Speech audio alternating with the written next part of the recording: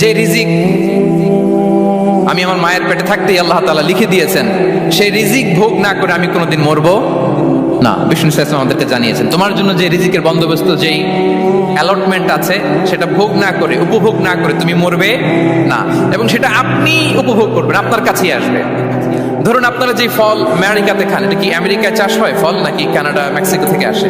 এখানেই হয়, আবার বাইরে থেকেও আসে। লেটস সে আপনি যেই অ্যাপেলটা দিয়ে আজকে ব্রেকফাস্ট করলেন, যে অ্যাপেলটা আপনি খেলেন, এটা মেক্সিকো থেকে এসেছে। ওই অ্যাপেলটা যখন কুড়ি অবস্থায় ছিল, মুকুল অবস্থায় ছিল, তখনই ওটার মধ্যে আপনার নাম লেখা। এর মধ্যে কত পাখি এসে ওই গাছে বসেছে, কত মুকুল নষ্ট করেছে, ওইটা নষ্ট করে নাই, কারণ ওইটা আপনি খাবেন। ওইটা পুষ্ট হয়ে সুন্দর একটা ফল হয়ে ইম্পোর্টেড হয়ে এটা আমেরিকাতে আসলো, আমেরিকার বাজারে। অনেক মানুষ ওই ফলটা সুপার মার্কেটে যে ধরে চড়ে নেড়ে আবার রেখে দিয়ে চলে গেছে, নেয় নেই। ওইটা সে খাবে না, কারণ ওইটা আপনার রিজিকে লেখা। ওই ফল আপনি নিয়ে আসলেন, বাসায় অনেকেই অ্যাপেল খাচ্ছে, কিন্তু ওই অ্যাপেলটা খাবে না, কারণ এটা কে খাবে?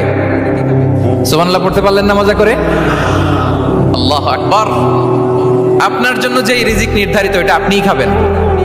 এর মধ্যে আপনি মরে যেতে পারতেন, বাসা থেকে অন্য কোথাও চলে যেতে পারতেন, কিন্তু না, মরবেনও না, অন্য কোথাও যাবেনও না ওইটা খাওয়ার আগে। This is the essence of risk, this is the essence of provision, sustenance.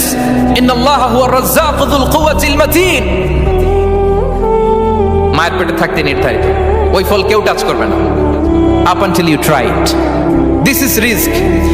এই কথাটাই বিষ্ণু ঈসা ইসলাম খুব সুন্দর করে বলেছেন, লা তামুতু নাফসুন হাত্তা তাস্তাকমিলা রিজকাহা। অন্য বর্ণনায় এসেছে, লা তামুতু নাফসুন হাত্তা তাস্তাউফিয়া রিজকাহা। মানুষের জন্য যে রিজিকের বরাদ্দ,